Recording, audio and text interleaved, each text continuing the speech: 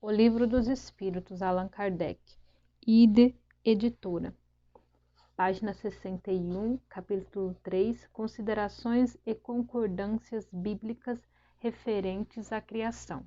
Questão 59. Os povos formaram ideias muito divergentes sobre a criação, segundo o grau dos seus conhecimentos. A razão, apoiada na ciência, reconheceu a impossibilidade de certas teorias. Aquela dada pelos espíritos confirma a opinião admitida, há longo tempo, pelos homens mais esclarecidos. A objeção que se pode fazer a essa teoria é que está em contradição com o texto dos livros sagrados, mas um exame sério faz reconhecer que essa contradição é mais aparente que real e que ela resulta da interpretação dada a um significado frequentemente alegórico. A questão do primeiro homem, na pessoa de Adão, como única fonte da humanidade, não é o único ponto sobre o qual as crenças religiosas tiveram que se modificar. O movimento da Terra pareceu, em certa época, de tal forma oposto ao texto sagrado que não houve tipo de perseguições que essa teoria não tivesse servido de pretexto, e todavia a Terra gira malgrado os anatemas, não podendo hoje ninguém contestá-lo sem agravar a sua própria razão. A Bíblia diz igualmente que o mundo foi criado em 6 dias e fixa a época em torno de 4.000 anos antes da era cristã. Antes disso, a Terra não existiria, foi tirada do nada, o texto é formal. Eis que a ciência positiva, a ciência inexorável, veio provar o contrário. A formação do globo está escrita em caracteres perenes no mundo fóssil, estando provado que os 6 dias da criação indicam períodos, cada um podendo ser de várias centenas de milhares de anos. Isto não é um sistema, uma doutrina, uma opinião isolada. É um fato também constante como aquele do movimento da Terra e que a teologia não pode se recusar a admitir. Prova evidente do erro em que podem cair os que se atêm à letra das expressões de uma linguagem frequentemente figurada. É preciso concluir que a Bíblia é um erro?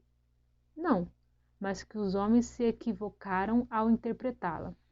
A ciência, escavando os arquivos da Terra, reconheceu a ordem pela qual os diferentes seres vivos apareceram em sua superfície, e esta ordem está de acordo com aquela indicada na Gênese, com a diferença de que esta obra, ao invés de sair milagrosamente das mãos de Deus em algumas horas, se realizou sempre pela sua vontade, mas segundo a lei das forças da natureza, em alguns milhões de anos.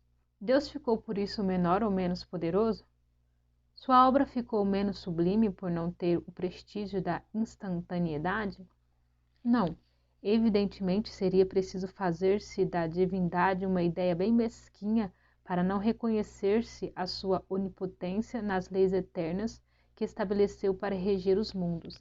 A ciência, longe de diminuir a obra divina, não-la mostra sob um aspecto mais grandioso e mais conforme às noções que temos do poder e da majestade de Deus, pela razão mesma de se cumprir sem derrogar as leis da natureza. A ciência, de acordo nisso com Moisés, coloca o homem em último lugar na ordem da criação dos seres vivos.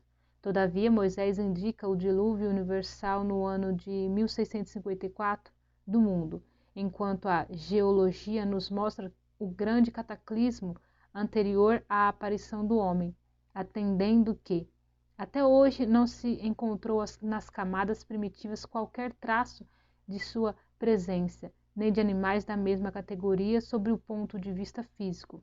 Mas nada prova que isso seja impossível. Várias descobertas já fizeram surgir dúvidas a tal respeito. Pode ocorrer que, de um momento para outro, se adquira a certeza material dessa anterioridade da raça humana. Então se reconhecerá que, sob esse ponto, como sobre os outros, o texto bíblico é uma alegoria. A questão é saber se o cataclismo geológico é o mesmo que assistiu Noé.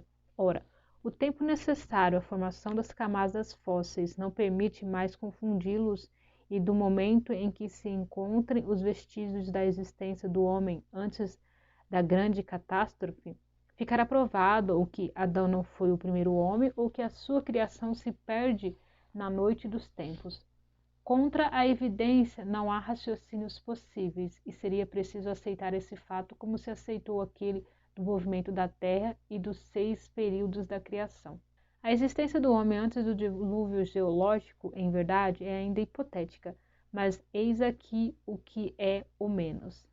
Admitindo-se que o homem apareceu pela primeira vez sobre a Terra, 4.000 anos antes de Cristo, se 1.650 anos depois toda a raça humana foi destruída, à exceção de uma só família, disso resulta que o povoamento da Terra data de Noé, quer dizer, que 2.350 anos antes da nossa era.